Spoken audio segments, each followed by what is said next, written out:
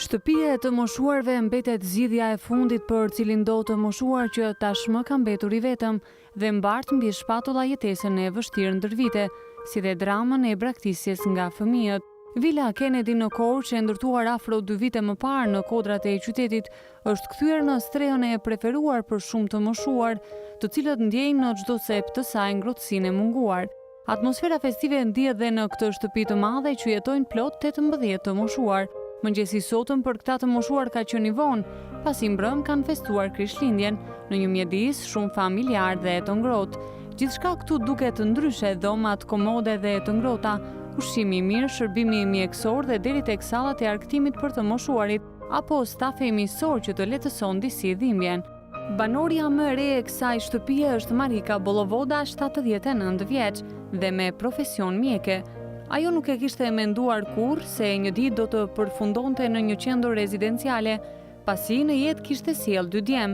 Edhe pse i rriti e vetme dhe me shumë sakrifica 2 djemtë e saj, fati deshi që ajo të braktisej. Marika teksa mban në duar fotot e familjes, rrëfen se një muaj më parë djali i saj u vu përballë një zgjedhje nga nusja e tij, e cila i kërkoi të largonte atë nga shtëpia. Gjetëm reati këtu përpara kushteve që na u krijuan në shtëpitë tona, nga fëmijët sigurisht, nga shëndeti, 3 vjet në krevat isha. Kam 2 djem binjak, një kam Tiranë, një këtu në shtëpi që lash dhe ardha këtu. Ai është me të shoqen e 2 fëmijë, ishte në Greqi e shoqja me fëmijët, po ardhi këtu për gjithnjë tani. Kështu që për mua s'kishte vend atje se nuk po silleshit mirë.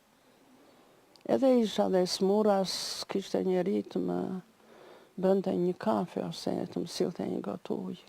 Kështu që ardhi Eriola me Marlenin, i pa në kushtet time dhe që s'isha mirë me shëndet dhe më sollën këtu. Po këtu jam shumë më mirë se në shtëpi. Mua më vdiq buri në Moskë kur fëmijët tim ishin 5 vjetë, kështu që ju futa punës për t'i rritur ata. Nuk ju lash asgjë t'ju mungonte. Mirë po vinë pasaj nuset, djem të dëgjojnë në nuset, vjerat im më njanonin, me gjithsesi ishim si vjerat e tjera, unë eshtja. E më në fund këtu si kur gjeta në qikë qetësi. Ata nuk janë më fëmijë tash, duhet ta dinë vetë, pa ju bërë unë apel, ose nënat e tjera t'ju bëjnë apel fëmijëve të tyre. Ata nuk duhet më njanojnë në nënë. Gruaja ka vendin e vet, nëna ka vendin e vet, fëmijët ka, unë dëçërohem për fëmijët e tyre, që nuk po i shikoj. Sofika Mitrushi, dikur mësuese, është një tjetër e moshuar në këtë shtëpi, e cila më herët ka qëndruar në qendra të tjera rezidenciale në rrethe, por për shkak të kushteve të vështira në to, të largohet. Ajo e ka të vështirë të flasë në kamera, por megjithatë e pranon se shtëpitë të moshuarve në Tiranë dhe rrethe kanë qenë jashtë çdo standardi, por tashmë ajo ka gjetur veten.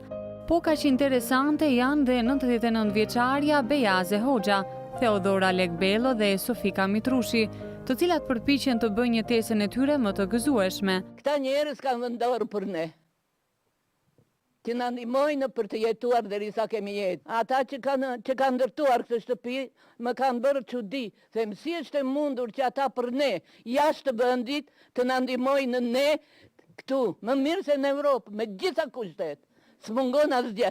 Dhe nuk e bën një njeri tjetër, apo ja? Për të na i lehtësuar jetën. A ke fëmijë të? Jo, kam të gjetur, kam 4. 3 i kam, 1 ka vdekur. I kam të mirë, shumë djalën e Tiranë, me fëmijë të martuar, një djalë është në Amerikë me 2 çuka. A të ndihmojnë ata? Jo, fare. Nuk të ndihmojnë? Absolutisht, as kanë, për të ndihmojnë, ndofta i ndihmoja unë. I ndihmoja unë me atë që kisha, pas e mundësit, ata nuk ishin mundësit. Teksa vizitojmë ambientet e shtëpisë të moshuarve, shikimi na prek një kukull. Mësojmë se është dhoma e mësueses Pavlina Pilo. Vdekja një pasnjëshme e foshnjeve të saj dhe pamundësia për të gëzuar të qenurit nën e ka detyruar 84 vjeçaren të mbaj prej vitesh në shtrat një kukull. Ka lindur fëmijët, por nuk kanë rojtur. Edhe domethënë është pa fëmijë fare dhe kur japim atë kukull donjëherë e shikon si një fëmijë, ka qenë mësuese edhe vjen qetësi. Mandej drejtoresha e shtëpisë së të moshuarve Riola Kanani, e cila dallohet për përkushtimin ndaj të moshuarve, rrëfen për News 24 shërbimet në vilën Kennedy. Villa Kennedy, rezidenca për të moshuarit, ka përsërisht 2 vjet si projekt.